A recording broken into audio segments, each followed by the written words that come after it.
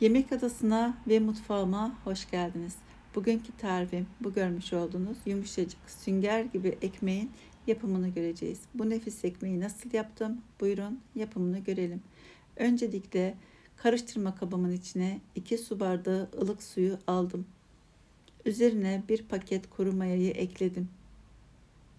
1 tatlı kaşığı toz şeker ekleyerek güzelce maya içinde eriyene kadar karıştırdım.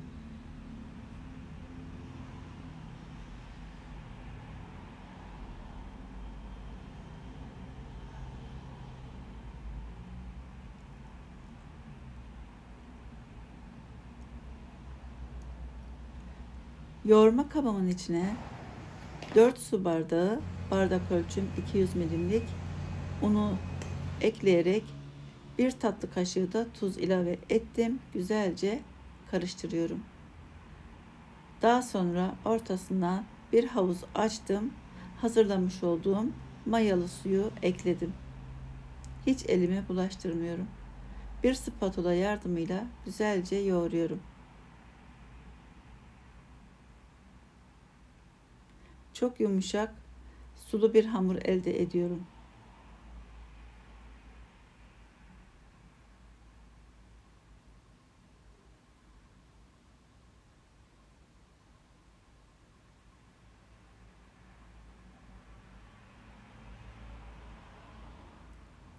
Bu şekilde çok güzel yoğuralım. Çırpa çırpa güzelce yoğuralım ki ekmeğimiz güzel olsun.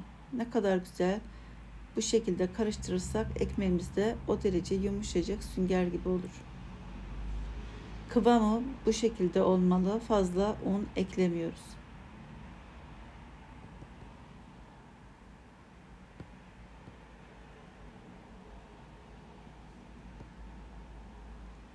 Ele yapışan çok sulu bir hamur elde etmiş olduk. Kıvamını gösteriyorum. Bu şekilde olacak.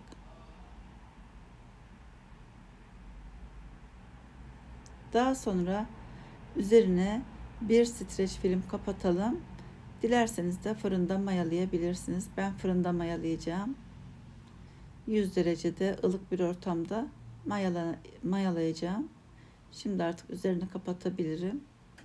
Çok iyi yoğurdum.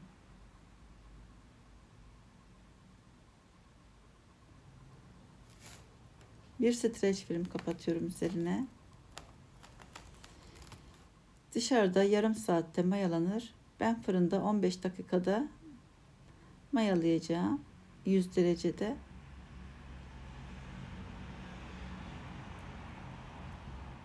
Hamur mayalandı. Şimdi onu bir tepsinin içine alıyorum. Tepsiyi de unlayalım.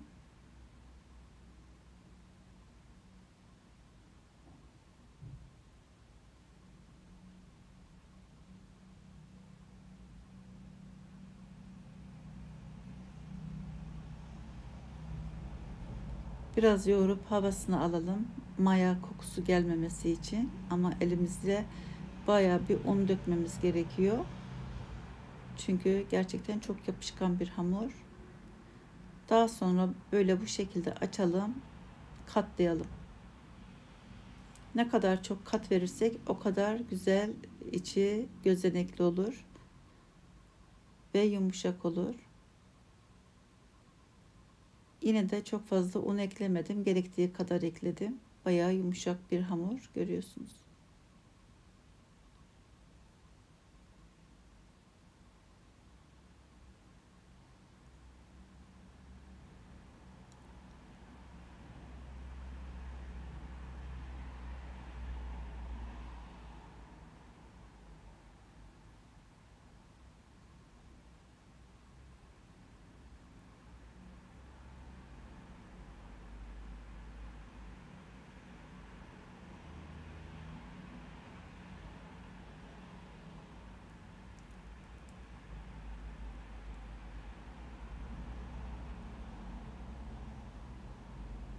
Şimdi fırın tepsisine alalım. Yağlı kağıt serelim içine. İstediğiniz kalıbı kullanabilirsiniz. İsterseniz de yuvarlak bir tepsiye dökebilirsiniz.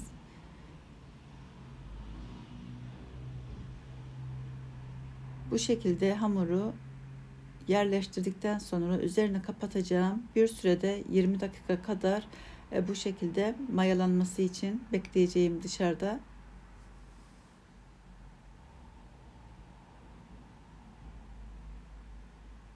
Hamur mayalandı, görüyorsunuz. 2 katına çıktı.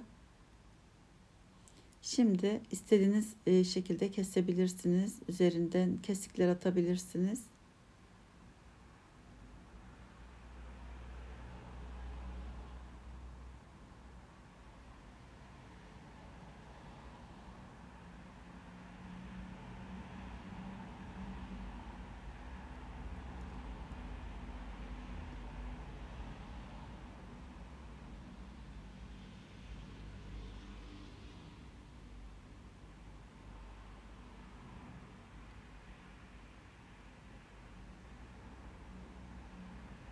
Üzerine fırçayı ıslatıp bu şekilde ıslatıyorum. Bu şekilde bir suya batırıyorum fırçayı, ıslatıyorum üzerine.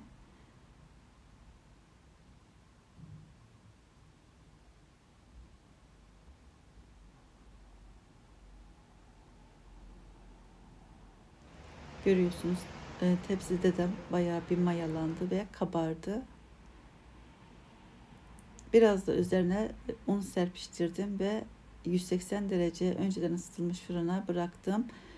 Yanına da bir kasede su bıraktım ki ekmeğimiz nemli olsun, daha güzel olsun, kurumasın. Yaklaşık 45 dakika içinde pişecektir. Tabii ki bu her fırına göre değişebilir pişirme süresi. Ekmek pişti. Görüyorsunuz, gayet de güzel kabardı. Şimdi ben üzerine tekrar havlu örttüm. Çünkü ilk çıktığında ekmek sert olabilir. Üzerine bir havlu örttüğünüz zaman 20 dakika beklettiğiniz zaman ekmek yumuşayacaktır. Pamuk gibi olacaktır. Daha sonra dilimleyebilirsiniz. İsterseniz de bir süre bu şekilde bekletebilirsiniz eğer hemen kullanmayacaksanız. Biraz ılık olması gerekiyor. Şu anda çok sıcak ama ben yine de keseceğim. Artık videoyu sonlandırmak istiyorum. Dilimleyelim.